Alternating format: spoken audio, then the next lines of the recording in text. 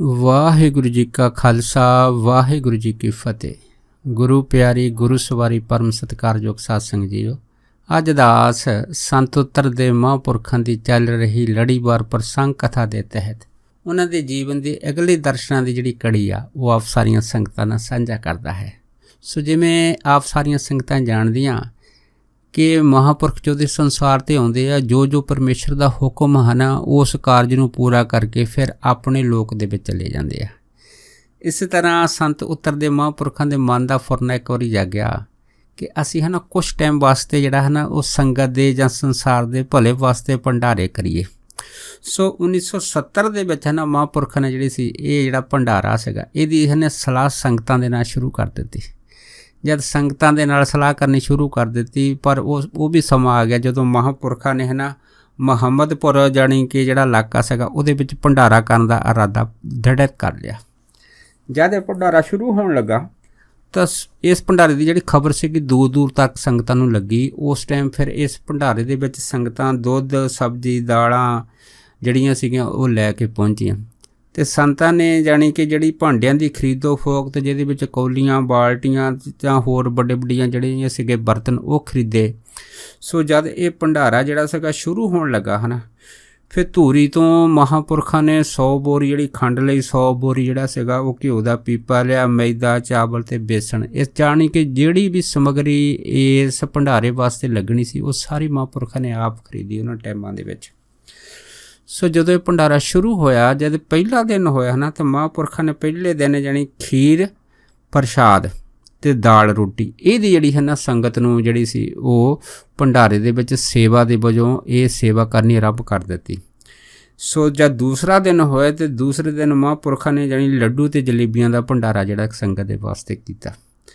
ਇਸ ਤਰ੍ਹਾਂ ਜਾਣੀ ਕਿ ਉਸ ਭੰਡਾਰੇ ਦੇ ਸਮੇਂ ਮਹਾਂਪੁਰਖਾਂ ਦਾ ਜਾਣੀ ਰੋਜ਼ ਦਾ ਰੋਜ਼ ਜਿਹੜਾ ਸੀਗਾ ਹਨ ਉਹ ਲੱਖ ਰੁਪਈਏ ਦਾ ਉਹਨਾਂ ਟਾਈਮਾਂ ਦੇ ਵਿੱਚ ਜਿਹੜਾ ਜੋ ਵੀ ਭੰਡਾਰੇ ਦੀ ਰਸਤ ਸੀਗੀ ਹੈ ਨਾ ਉਹ ਸੰਗਤਾਂ ਵਿੱਚ ਪਹੁੰਚਦੀ ਰਹੀ ਹੈ ਇਹਦੇ ਵਿੱਚ।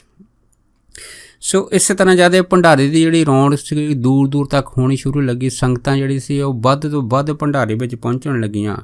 ਫਿਰ ਮਹਾਂਪੁਰਖਾਂ ਨੇ ਭੰਡਾਰੇ ਦੇ ਨਾਲ ਇੱਕ ਹੋਰ ਵੱਡਾ ਜਿਹੜਾ ਸੀਗਾ ਉਹ ਸੇਵਾ ਦਾ ਪ੍ਰੋਗਰਾਮ ਇਹ ਲਿਖਿਆ ਕਿ ਜਿੰਨੇ ਵੀ ਲੜਕੇ ਲੜਕੀਆਂ ਦੇ ਵਿਆਹ ਸੀ ਹੈ ਨਾ, ਰੋਜ਼ 101 ਲੜਕੇ ਲੜਕੀਆਂ ਦੇ ਜਿਹੜੇ ਵਿਆਹ ਸੀ ਕਰਨੇ ਸ਼ੁਰੂ ਕੀਤੇ। ਉਹ ਵਿਆਹ ਵੀ ਇਸ ਢੰਗ ਨਾਲ ਕੀਤੇ ਕਿ ਇਕੱਲੇ ਲੜਕੇ ਲੜਕੀ ਨੂੰ ਦੁੱਧ ਪਿਲਾ ਕੇ ਜਿਹੜਾ ਸੀਗਾ ਉਹ ਪਿਆਰ ਦੇ ਕੇ ਜਿਹੜਾ ਸੀਗਾ ਉਹਨਾਂ ਦਾ ਵਿਆਹ ਕਰ ਦਿੱਤਾ ਜਾਂਦਾ। ਸੋ ਇਸ ਤਰ੍ਹਾਂ ਮਹਾਂਪੁਰਖਾਂ ਨੇ ਜਿਹੜੇ ਸੀਗੇ ਇਹਨਾਂ ਭੰਡਾਰਿਆਂ ਦੇ ਵਿੱਚ ਅਨੇਕ ਵਿਆਹ ਕੀਤੇ ਹੈ। ਇਸ ਤਰ੍ਹਾਂ ਇਹਨਾਂ ਭੰਡਾਰਿਆਂ ਦੇ ਵਿੱਚ ਮਹਾਂਪੁਰਖਾਂ ਨੇ ਜਾਣੀ ਜਿੰਨਾ ਵੀ ਸਮਾਨ ਬਾਹਰੋਂ ਲਿਆਉਣਾ ਜਿਹੜਾ ਖਾਸ ਕਰਕੇ ਟਰੱਕਾਂ ਵਿੱਚ ਆਉਂਦਾ ਸੀਗਾ ਹੈ ਨਾ, ਉਹਦਾ ਜਿਹੜਾ ਸੰਗਤਾਂ ਖਾਸ ਖਿਆਲ ਰੱਖਦੀਆਂ ਸੀਗੀਆਂ। ਸੋ ਇਸ ਤਰ੍ਹਾਂ ਇੱਕ ਧੂਰੀ ਤੋਂ ਟਰੱਕ ਆਇਆ ਉਹਨਾਂ ਟਾਈਮਾਂ ਦੇ ਵਿੱਚ।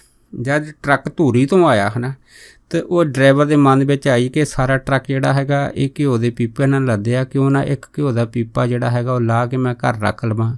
ਕਿਉਂਕਿ ਲੰਗਰ ਦੇ ਵਿੱਚ ਜਿਹੜਾ ਹੈਗਾ ਖਾਸ ਕਰਕੇ ਸੇਵਾਦਾਰ ਜਿਹੜੇ ਹੈਗੇ ਆ ਉਹ ਜਦ ਪੀਪੇ ਤਾਰਦੇ ਆ ਤਾਂ ਕੋਈ ਗਿਣਤੀ ਨਹੀਂ ਕਰਦਾ, ਉਹ ਚੁੱਪ ਕਰਕੇ ਤਾਰ ਕੇ ਰੱਖ ਦਿੰਦੇ ਆ। ਇਹ ਸੋਚ ਕੇ ਉਸ ਡਰਾਈਵਰ ਨੇ ਨਾ ਇੱਕ ਪੀਪਾ ਜਿਹੜਾ ਘਿਓ ਦਾ ਸੀਗਾ ਉਹ ਆਪਣੇ ਟਰੱਕ 'ਚੋਂ ਲਾ ਕੇ ਘਰ ਰੱਖ ਲਿਆ। ਪਰ ਜਦੋਂ ਉਹ ਜਿਹੜਾ ਡਰਾਈਵਰ ਸੀਗਾ ਉਹ ਮੁਹੰਮਦਪੁਰ ਪਹੁੰਚਿਆ ਹੈ ਨਾ ਮਹਾਂਪੁਰਖਾਂ ਦੇ ਪਾਸ, ਅਤੇ ਜਦ ਉਸਨੇ ਮੈਂ ਸੰਗਤ ਨੂੰ ਆਖਿਆ ਕਿ ਇਸ ਜਿੰਨਾ ਵੀ ਜਿਹੜਾ ਟਰੱਕ ਹੈ ਇਹਦੇ ਵਿੱਚ ਘਿਓ ਦੇ ਪੀਪੇ ਲਾ ਕੇ ਲੰਗਰ 'ਚ ਰੱਖ ਲਿਓ, ਪਰ ਮਹਾਂਪੁਰਖਾਂ ਨੇ ਜਿਹੜੇ ਸੀਗੇ ਉਹ ਉਸ ਨੂੰ ਇਸ ਤਰ੍ਹਾਂ ਕਰਨ ਤੋਂ ਰੋਕ ਦਿੱਤਾ। ਅਤੇ ਮਹਾਂਪੁਰਖ ਆਪ ਜਿਹੜੇ ਸੀਗੇ ਉਸ ਟਰੱਕ ਡਰਾਈਵਰ ਦੇ ਕੋਲ ਆ ਗਏ। ਉਹਨੂੰ ਕਹਿਣ ਲੱਗੇ ਕਿ ਪਹਿਲਾਂ ਤਾਂ ਇਹ ਦੱਸ ਕਿ ਜਿਹੜਾ ਇਹਦੇ ਵਿੱਚੋਂ ਪਹਿਲਾਂ ਤੋਂ ਪੀਪਾ ਲਾਇਆ ਹੈਗਾ ਘਿਓ ਦਾ ਉਹ ਤਾਂ ਕਿੱਥੇ ਰੱਖਿਆ ਹੈਗਾ। ਜਦ ਤੱਕ ਉਹ ਪੀਪਾ ਤੂੰ ਇਸੇ ਲਿਆ ਕੇ ਸੰਗਤ ਵਿੱਚ ਨਹੀਂ ਰੱਖੂਗਾ ਤਦ ਤੱਕ ਤੇਰੇ ਟਰੱਕ ਦੇ ਵਿੱਚੋਂ ਅਸੀਂ ਸਮਾਨ ਨਹੀਂ ਤਾਰਨਾ। ਜਦ ਇਹ ਗੱਲ ਹੋਈ ਸੀ ਤਾਂ ਫਿਰ ਉਹ ਟਰੱਕ ਵਾਲਾ ਡਰਾਈਵਰ ਜਿਹੜਾ ਸੀ ਪੂਰੀ ਤਰ੍ਹਾਂ ਡਰ ਗਿਆ ਸੀਗਾ। ਉਹ ਸੰਤਾਂ ਦੇ ਪੈਰੀ ਪੈ ਗਿਆ ਸੀਗਾ ਕਿ ਮੇਰੇ ਤੋਂ ਬਹੁਤ ਵੱਡੀ ਗਲਤੀ ਹੋ ਗਈ, ਪਰ ਮਨ 'ਚ ਹੈਰਾਨ ਸੀਗਾ ਕਿ ਇਹ ਸਾਰੀ ਜਿਹੜੀ ਖੇਡ ਹੈਗੀ ਆ ਜੋ ਮੇਰਾ ਜਿਹੜਾ ਚੋਰੀ ਕੀਤਾ ਪੀਪਾ ਮਹਾਂਪੁਰਖਾਂ ਨੂੰ ਕਿਵੇਂ ਪਤਾ ਲੱਗ ਗਿਆ। ਪਰ ਉਹ ਇਹ ਨਹੀਂ ਜਾਣਦੇ ਹੈਗੇ ਕਿ ਮਹਾਂਪੁਰਖਾਂ ਦੀ ਜਿਹੜੀ ਅੰਤਰ ਆਤਮਾ ਜਾਣਨ ਦੀ ਤਾਕਤ ਹੈਗੀ ਆ ਉਹ ਪਰਮੇਸ਼ਰ ਨੇ ਕਿੰਨੀ ਭਾਰੀ ਦਿੱਤੀ ਹੈਗੀ ਆ। ਸੋ ਜਦੋਂ ਪੀਪਾ ਘਰੋਂ ਲੈ ਕੇ ਆਇਆ ਤਾਂ ਫਿਰ ਉਹਨੇ ਦੁਬਾਰਾ ਫਿਰ ਮਹਾਂਪੁਰਖਾਂ ਤੋਂ ਮਾਫੀ ਮੰਗੀ, ਤਾਂ ਮਹਾਂਪੁਰਖ ਕਹਿਣ ਲੱਗੇ ਕਿ ਮਾਫੀ ਤਾਂ ਤੈਨੂੰ ਇਸ ਤਰ੍ਹਾਂ ਦੇਵਾਂਗੇ ਜਦੋਂ ਤੂੰ ਰੋਜ਼ ਧੂਰੀ ਤੋਂ ਹੈ ਨਾ ਇੱਕ ਰਾਸ਼ਨ ਦਾ ਜਾਂ ਟਰੱਕ ਉਹ ਸੰਗਤ ਵਾਸਤੇ ਲਿਆਇਆ ਕਰੇ, ਅਤੇ ਜਦ ਤੱਕ ਭੰਡਾਰਾ ਚੱਲੂਗਾ ਤੈਨੂੰ ਇੱਕ ਗੇੜਾ ਧੂਰੀ ਤੋਂ ਹੈ ਨਾ ਇੱਥੇ ਲਿਆਉਣਾ ਪਊਗਾ। ਦੇਖੋ ਫਿਰ ਉਸੇ ਹੀ ਟਰੱਕ ਡਰਾਈਵਰ ਨੇ ਜਿਹੜੀ ਸੀ ਹਾਮੀ ਭਰੀ ਆ, ਰੋਜ਼ ਧੂਰੀ ਤੋਂ ਇੱਕ ਗੇੜਾ ਰਾਸ਼ਨ ਦਾ ਉਹ ਸੰਗਤ ਵਾਸਤੇ ਲਿਆਉਂਦਾ ਰਿਹਾ। ਅਤੇ ਜਦੋਂ ਖਾਲੀ ਟਰੱਕ ਜਾਂਦਾ ਸੀਗਾ ਅਤੇ ਉਹਦੇ ਵਿੱਚ ਸੰਗਤ ਨੂੰ ਬਿਠਾ ਕੇ ਜਿਹੜਾ ਸੀ ਉਹ ਨਾਲ ਲੈ ਕੇ ਜਾਂਦਾ ਸੀਗਾ। ਸੋ ਇਸ ਤਰ੍ਹਾਂ ਜਾਣੀ ਕਿ ਮਹਾਂਪੁਰਖਾਂ ਦੇ ਭੰਡਾਰੇ ਦੇ ਵਿੱਚ ਜਾਣੀ ਸਾਰੀ ਜਿਹੜੀ ਸੰਗਤ ਸੀ ਹੈ ਨਾ, ਮਹਾਂਪੁਰਖਾਂ ਦਾ ਬੜਾ ਭੈ ਮੰਨਦੀ ਸੀ। ਸੋ ਸੰਤ ਉੱਤਰ ਦੇ ਮਹਾਂਪੁਰਖਾਂ ਨੇ ਇਹ ਵੀ ਸੰਗਤ ਦੇ ਵਿੱਚ ਖਾਸ ਹਦਾਇਤ ਦਿੱਤੀ ਸੀ ਉਹਨਾਂ ਟਾਈਮਾਂ 'ਚ ਕਿ ਜਿੰਨਾ ਕਿਸੇ ਨੇ ਰਾਸ਼ਨ ਪਾਣੀ ਜਾਣੀ ਜੋ ਵੀ ਭੋਜਨ ਛਕਣਾ ਹੈ ਨਾ, ਇੱਥੇ ਬੈਠ ਕੇ ਛਕਣਾ ਹੈਗਾ, ਲੇਕਿਨ ਇਹਦੇ ਵਿੱਚੋਂ ਕੋਈ ਵੀ ਚੀਜ਼ ਜਿਹੜੀ ਹੈ ਨਾ ਘਰ ਲੈ ਕੇ ਨਹੀਂ ਜਾਣੀ। ਜਦੋਂ ਇਹ ਜਿਹੜੀ ਸੀ ਹਦਾਇਤ ਸੀ ਇਹ ਵੀ ਸੰਗਤ ਨੂੰ ਜਿਹੜੀ ਸੀ ਉਹ ਮਹਾਂਪੁਰਖਾਂ ਨੇ ਦਿੱਤੀ ਸੀ। ਪਰ ਉਹਦੇ ਵਿੱਚ ਇਹ ਵੀ ਦੇਖਿਆ ਗਿਆ ਕਿ ਜਿਹੜੇ ਸੱਜਣ ਇਸ ਭੰਡਾਰੇ ਦੇ ਵਿੱਚ ਲੱਡੂ ਜਲੇਬੀਆਂ ਜਿਹੜੀਆਂ ਸੀ ਲੁਕੋ ਕੇ ਲੈ ਜਾਂਦੇ ਸੀ ਹੈ ਨਾ, ਲੇਕਿਨ ਜਦ ਉਹਨਾਂ ਦੀ ਟਰਾਲੀ ਜਿਹੜੀ ਸੀ ਮੁਹੱਬਤਪੁਰ ਜੂਹ 'ਤੇ ਜਾਂਦੀ ਸੀ ਉੱਥੇ ਆਪਣੇ ਆਪ ਹੀ ਖੜ੍ਹ ਜਾਂਦੀ ਸੀ। ਅਤੇ ਜਦ ਖੜ੍ਹ ਜਾਂਦੀ ਸੀ ਅੱਗੇ ਟਰੈਕਟਰ ਨਹੀਂ ਸੀ ਤੁਰਦਾ ਹੁੰਦਾ, ਫਿਰ ਜਿਹੜਾ ਟਰੱਕ ਉਹ ਡਰਾਈਵਰ ਹੁੰਦਾ ਸੀ ਟਰੈਕਟਰ ਵਾਲਾ, ਉਹ ਕਹਿੰਦਾ ਹੁੰਦਾ ਸੀ ਕਿ ਕਿਸੇ ਨੇ ਕੋਈ ਅਗਰ ਭੰਡਾਰੇ ਦਾ ਕੋਈ ਵੀ ਜਿਹੜਾ ਜਲੇਬੀਆਂ ਜਾਂ ਲੱਡੂ ਦਾ ਕੋਈ ਵੀ ਜਿਹੜੀ ਹੈ ਨਾ ਵਸਤੂ ਹੈਗੀ ਲੁਕੋ ਛੱਡੀ ਆ ਤਾਂ ਉਹ ਉੱਥੇ ਛੱਡ ਕੇ ਆਵੇ, ਕਿਉਂਕਿ ਇਸ ਤੋਂ ਬਾਅਦ ਟਰੈਕਟਰ ਨਹੀਂ ਚੱਲਣਾ ਹੈਗਾ। ਦੇਖੋ ਸੰਗਤ ਜਿਹੜੀ ਸੀ ਜਿਹੜਾ ਕੋਈ ਲੁਕੋ ਕੇ ਲਿਜਾਂਦਾ ਸੀਗਾ ਉਹ ਦੁਬਾਰਾ ਫਿਰ ਉਹ ਜਿਹੜੀ ਰਸਤ ਪਾਣੀ ਸੀਗਾ ਹੈ ਨਾ ਭੰਡਾਰੇ 'ਚ ਰੱਖਿਆ ਹੁੰਦਾ ਸੀਗਾ, ਫਿਰ ਉਹ ਜੂਹ ਤੋਂ ਟਰੈਕਟਰ ਚੱਲਦੇ ਹੁੰਦੇ ਸੀ। ਇਹ ਕੌਤਕ ਉਹਨਾਂ ਟਾਈਮਾਂ ਵਿੱਚ ਆਮ ਦੇਖਣ ਨੂੰ ਮਿਲਦੇ ਹੁੰਦੇ ਸੀਗੇ। ਇਸੇ ਤਰ੍ਹਾਂ ਇੱਕ ਬੀਬੀ ਜਿਹੜੀ ਸੀ ਉਹ 5 ਲੱਡੂ ਜਦ ਲੈ ਕੇ ਗਈ, ਉਹ ਟਰਾਲੀ 'ਚ ਇੰਨੀ ਬੈਠੀ, ਉਹਨੇ ਕਿਹਾ ਵੀ ਟਰਾਲੀਆਂ ਤਾਂ ਜੂਹ 'ਤੇ ਰੁਕ ਜਾਂਦੀਆਂ ਕਿ ਉਹਨੇ ਮੈਂ ਪੈਦਲ ਹੀ ਚਲੀ ਜਾਵਾਂ।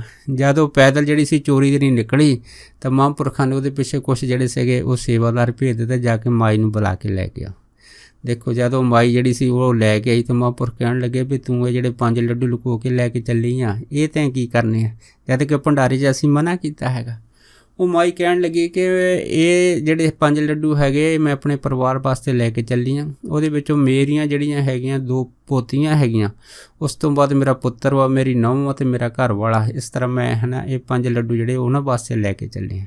ਅਤੇ ਜਦ ਇੰਨੀ ਗੱਲ ਹੋਈ ਤਾਂ ਸੰਤ ਉੱਤਰਦੇਵ ਹੋਣਾ ਨੇ ਉਸੇ ਟਾਈਮ ਜਿਹੜੇ ਸੀਗੇ 5 ਲੱਡੂ ਹੋਰ ਉਸ ਮਾਈ ਦੇ ਹੱਥ 'ਚ ਰੱਖ ਕੇ ਇਹ ਗੱਲ ਕਹਿਤੀ ਕਿ ਬੀਬਾ ਲੱਗਦਾ ਤੈਨੂੰ ਆਪਣੀਆਂ ਪੋਤੀਆਂ ਨਾਲ ਬਹੁਤ ਮੋਹ ਹੈਗੇ, ਆ ਲੈ ਤੈਨੂੰ ਅਸੀਂ 5 ਲੱਡੂ ਦੇ ਦਿੰਦੇ ਹਾਂ, ਹੁਣ ਤੇਰੇ ਹੈ ਨਾ ਇਸ ਤੋਂ ਬਾਅਦ 5 ਪੋਤੀਆਂ ਹੋਣਗੀਆਂ, ਜਿਨ੍ਹਾਂ ਤੋਂ ਮੋਹ ਕਰਨਾ ਹੈ ਨਾ ਉਹਨਾਂ ਜਿਹੜਾ ਹੈਗਾ ਉਹ ਕਰ ਲਵੀਂ। ਇਹ ਜਿਹੜਾ ਹੈ ਨਾ ਮਹਾਂਪੁਰਖਾਂ ਨੇ ਜਦ ਉਸ ਮਾਈ ਨੂੰ ਇਸ ਤਰ੍ਹਾਂ ਵਚਨ ਕੀਤਾ, ਉਹ ਮਾਈ ਜਿਹੜੀ ਸੀਗੀ ਉਹ ਮਾਨੀ ਮਨ ਬੜੀ ਜਿਹੜੀ ਸੀ ਹੈਰਾਨ ਹੋਈ ਸੀ। ਉਹਨਾਂ ਟਾਈਮਾਂ ਦੇ ਵਿੱਚ ਇੱਕ ਹੈ ਨਾ ਸ਼੍ਰੀਨਗਰ ਤੋਂ ਸੇਬਾਂ ਦਾ ਟਰੱਕ ਜਿਹੜਾ ਸੀਗਾ ਕੋਈ ਕਿਸੇ ਸ਼ਾਹੂਕਾਰ ਦਾ ਉਹ ਡਰਾਈਵਰ ਲੈ ਕੇ ਆਇਆ। ਜਦ ਸੇਬਾਂ ਦਾ ਟਰੱਕ ਉਹ ਡਰਾਈਵਰ ਲੈ ਕੇ ਆਇਆ ਅਤੇ ਮਹਾਂਪੁਰਖਾਂ ਨੇ ਹੈ ਨਾ ਪਹਿਲਾਂ ਸੰਗਤ ਨੂੰ ਜਿਹੜੇ ਸੀ ਸੁਨੇਹੇ ਭੇਜ ਦਿੱਤੇ ਕਿ ਇੱਕ ਕੋਈ ਜਿਹੜਾ ਹੈਗਾ ਉਹ ਸੇਬਾਂ ਦਾ ਟਰੱਕ ਲੈ ਕੇ ਆਪਣੇ ਪਾਸ ਆ ਰਿਹਾ, ਪਰ ਕਿਸੇ ਨੇ ਉਹ ਸੇਬ ਜਿਹੜਾ ਹੈਗਾ ਕੋਈ ਖਾਣਾ ਨਹੀਂ, ਨਾ ਕਿਸੇ ਨੂੰ ਖਾਣ ਨੂੰ ਦੇਣਾ, ਕਿਉਂਕਿ ਉਹਨਾਂ ਸੇਬਾਂ ਦੇ ਵਿੱਚ ਜ਼ਹਿਰ ਹੈਗੀ ਆ। ਜਦ ਇਹ ਗੱਲ ਹੋਈ ਸੀ ਸਾਰੀ ਸੰਗਤ ਜਿਹੜੀ ਸੀ ਸੁਚੇਤ ਕਰ ਦਿੱਤੀ।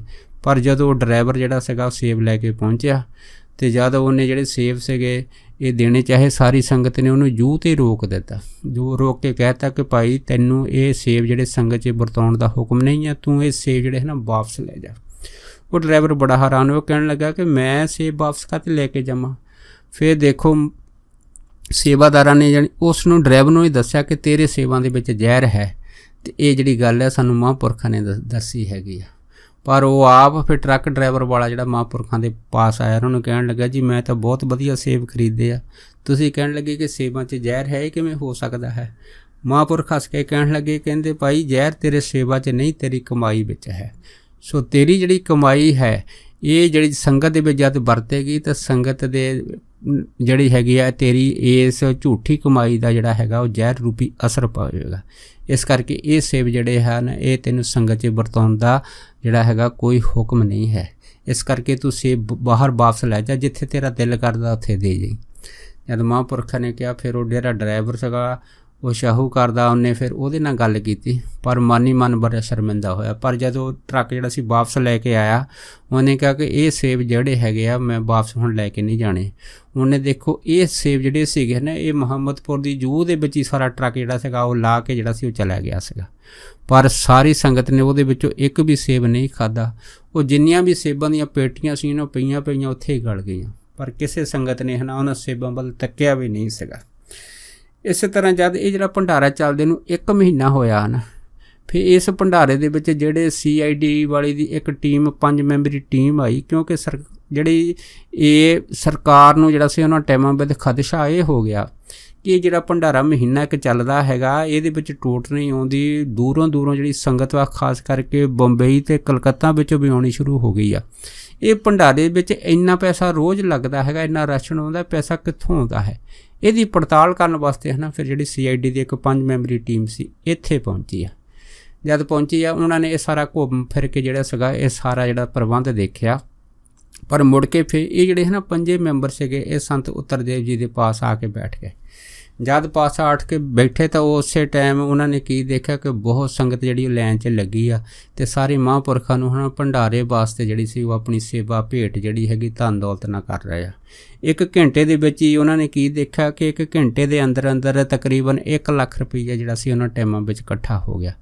ਪਰ ਫਿਰ ਇੱਕ ਪ੍ਰੇਮੀ ਆਇਆ, ਉਹਨੇ ਸੰਤਾਂ ਨੂੰ ਬਹੁਤ ਸਾਰੇ ਪੈਸੇ ਦੇਣੇ ਚਾਹੇ, ਪਰ ਮਹਾਂਪੁਰਖਾਂ ਨੇ ਕਿਹਾ, ਕਹਿੰਦੇ ਵੀ ਇਹ ਤੇਰੀ ਕਮਾਈ ਜਿਹੜੀ ਹੈਗੀ ਆ ਇਹ ਖੂਨ ਪਸੀਨੇ ਦੀ ਕਮਾਈ ਨਹੀਂ ਹੈ, ਇਹ ਕਮਾਈ ਤੇਰੀ ਹੈ, ਦੁਨੀਆ ਨੂੰ ਲੁੱਟ ਖਸੁੱਟ ਕੇ ਲੈ ਕੇ ਤੂੰ ਸਾਡੇ ਪਾਸ ਆਇਆ ਹੈ, ਇਸ ਕਰਕੇ ਇਹ ਤੇਰੀ ਕਮਾਈ ਅਸੀਂ ਭੰਡਾਰੇ ਵਿੱਚ ਨਹੀਂ ਲਾਉਣੀ। ਜਦ ਉਸ ਨੂੰ ਇਸ ਤਰ੍ਹਾਂ ਕਹਿ ਕੇ ਮਹਾਂਪੁਰਖਾਂ ਨੇ ਜਿਹੜੇ ਸੀ ਤਾੜਨਾ ਕਰਕੇ ਵਾਪਸ ਕਰ ਦਿੱਤਾ। ਅਤੇ ਉਹ ਜਿਹੜੇ CID ਵਾਲੇ ਸੀ ਆਦਮੀ, ਉਹ ਇਹ ਚੀਜ਼ ਦੇਖ ਕੇ ਬੜੇ ਹੈਰਾਨ ਹੋਏ। ਫਿਰ ਉਹਨਾਂ ਨੂੰ ਪੂਰਾ ਯਕੀਨ ਹੋ ਗਿਆ ਕਿ ਇਹ ਜਿਹੜਾ ਭੰਡਾਰਾ ਹੈਗਾ ਇਹ ਤਾਂ ਮਹਾਂਪੁਰਖਾਂ ਦੇ ਜਿਹੜੇ ਆਪਣੀ ਗੈਵੀ ਹੁਕਮ ਹੈ ਉਹਦੇ ਅਨੁਸਾਰ ਹੀ ਚੱਲ ਰਿਹਾ ਹੈ।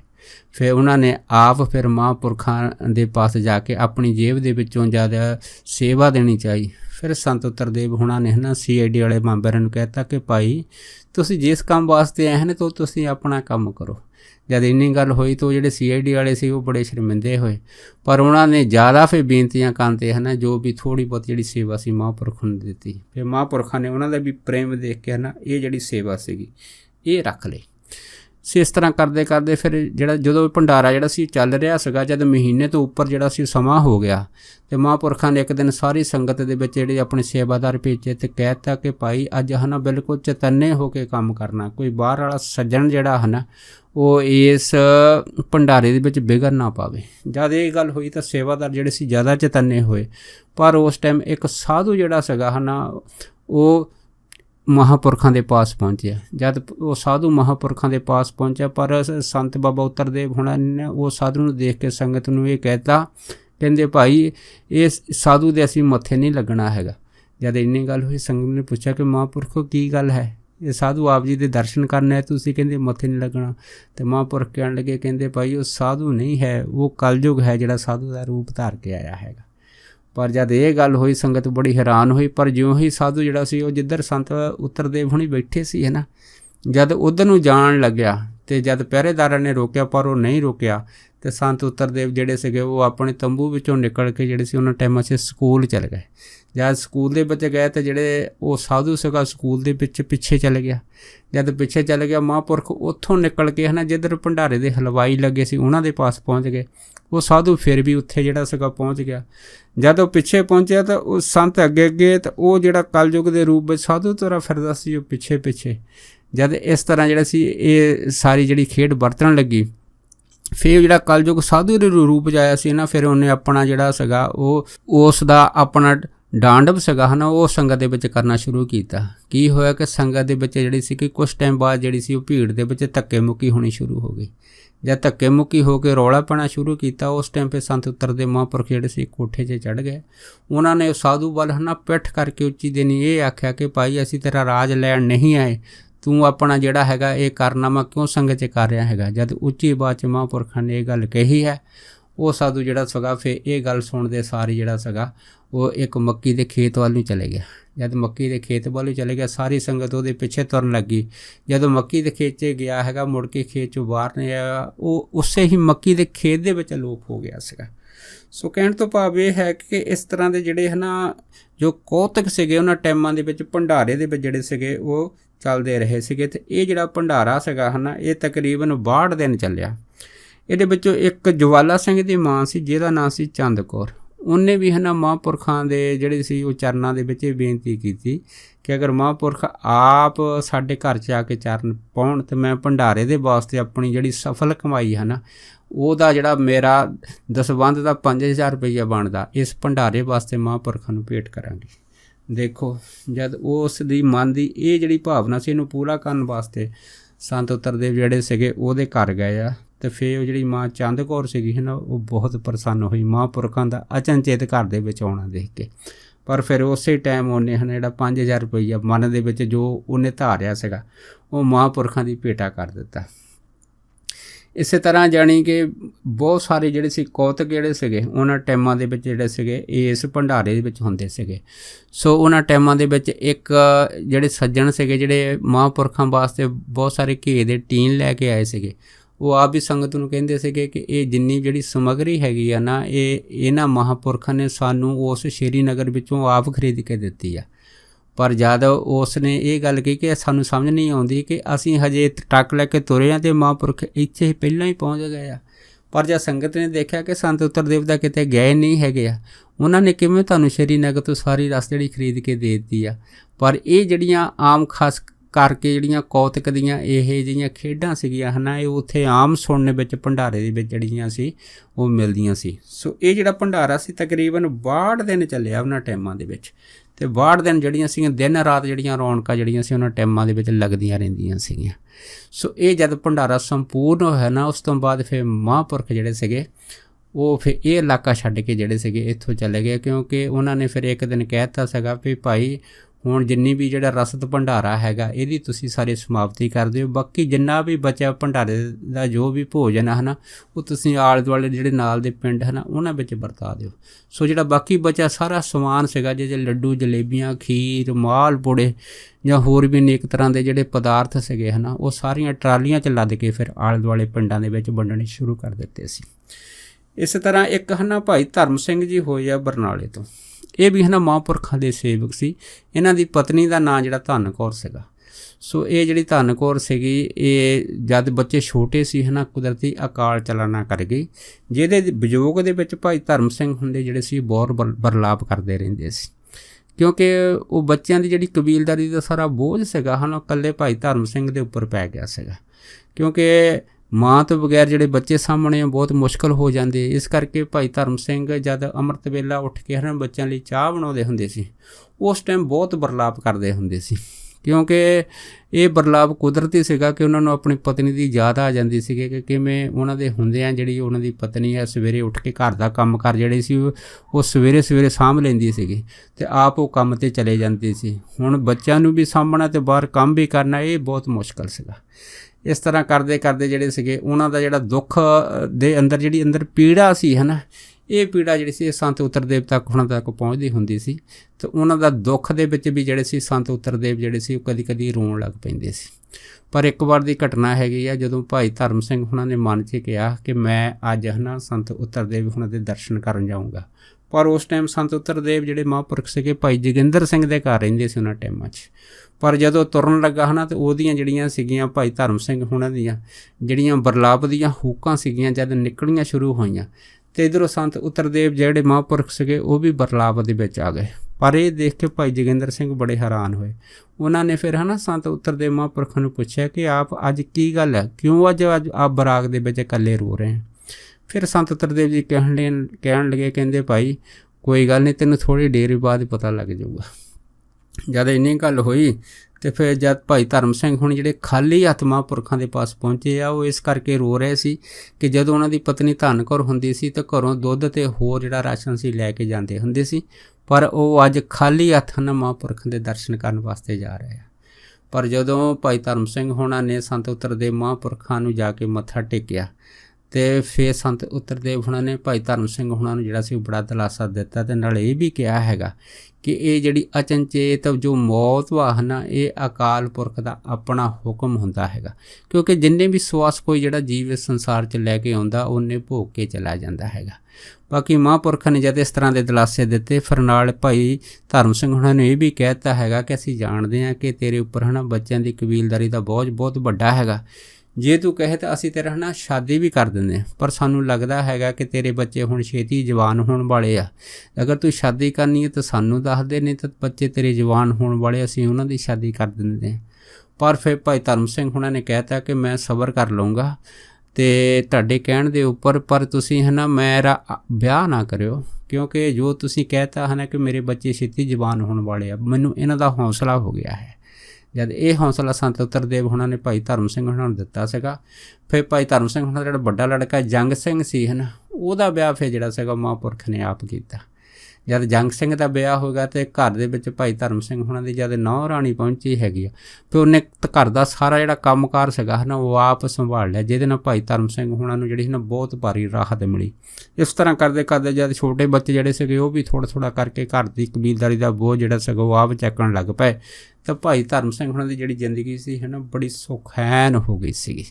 ਸੋ ਕਹਿਣ ਤੋਂ ਭਾਵ ਇਹ ਹੈਗਾ ਕਿ ਮਹਾਂਪੁਰਖਾਂ ਨੇ ਜੋ ਵੀ ਉਹਨਾਂ ਦਾ ਦਰ ਦਾ ਸੇਵਕ ਸੀਗਾ ਹੈ ਨਾ, ਉਹਨਾਂ ਦੀ ਹਰ ਤਰ੍ਹਾਂ ਜਿੰਨਾ ਵੀ ਹੋ ਸਕਦਾ ਸੀ ਨਾ ਵੱਧ ਤੋਂ ਵੱਧ ਉਹਨਾਂ ਦਾ ਦੁੱਖ ਦੂਰ ਕਰਨ ਦੀ ਜਿਹੜੀ ਸੀ ਆਪਣੇ ਜੀਵਨ ਦੇ ਵਿੱਚ ਕੋਸ਼ਿਸ਼ ਕੀਤੀ ਆ। ਅਤੇ ਇਸ ਤਰ੍ਹਾਂ ਮਹਾਂਪੁਰਖਾਂ ਨੇ ਆਪਣੇ ਜੀਵਨ ਦੇ ਵਿੱਚ ਅਨੇਕ ਭੰਡਾਰੇ ਕੀਤੇ ਆ।